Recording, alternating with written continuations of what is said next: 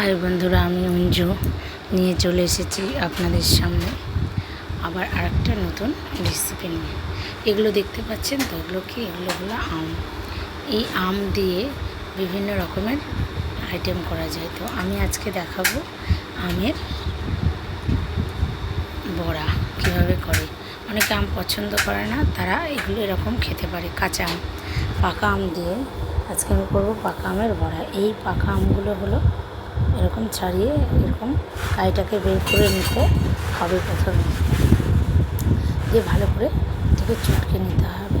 নিয়ে এর মধ্যে আপনারা দিয়ে দেবেন পরিমাণ মতন সুজি, আর দেবেন পরিমাণ মতো কিছুটা ময়দা, আর দেবেন পরিমাণ মতন চিনি। যে যেরকম মিষ্টি পছন্দ করে সে সেরকম এর মধ্যে চিনি দেবেন।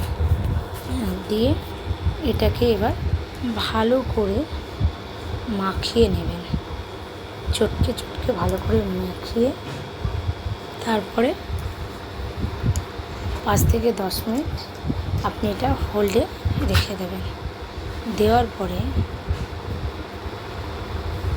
এর মধ্যে কিন্তু জল দেবেন না, তাহলে টেস্টটা অন্যরকম হবে। এই যে 10 মিনিট বাদে একটা গরম কড়াই গ্যাসে বসিয়ে তাতে তেল দিয়ে তার মধ্যে এই যে বড়ার আকারে ছেড়ে দিন। দিয়ে তারপরে কিছুক্ষণ বাদে একটা পিঠ লাল লাল হয়ে গেলে উল্টে দেবেন। এরকমভাবে লাল লাল হয়ে গেলে এই বড়াগুলোকে উল্টে দেবেন। উল্টে দিয়ে এই যে দু পিঠই ভালোভাবে লাল লাল হয়ে গেলে আপনারা একটা পাত্রে তুলে নেবেন। সেম প্রসেসে সমস্ত বড়াগুলোই ভেজে নেবেন। আমার কাছে তো ভালোই লেগেছে, আপনাদের কাছে কেমন লাগবে জানি না। এগুলো যারা খাননি তারা একবার বাড়িতে অবশ্যই ট্রাই করে দেখবেন কেমন লাগলো, আর আমাকে অবশ্যই কমেন্ট করে জানাবেন। বাই বন্ধুরা, আজকের মতন এই পর্যন্তই।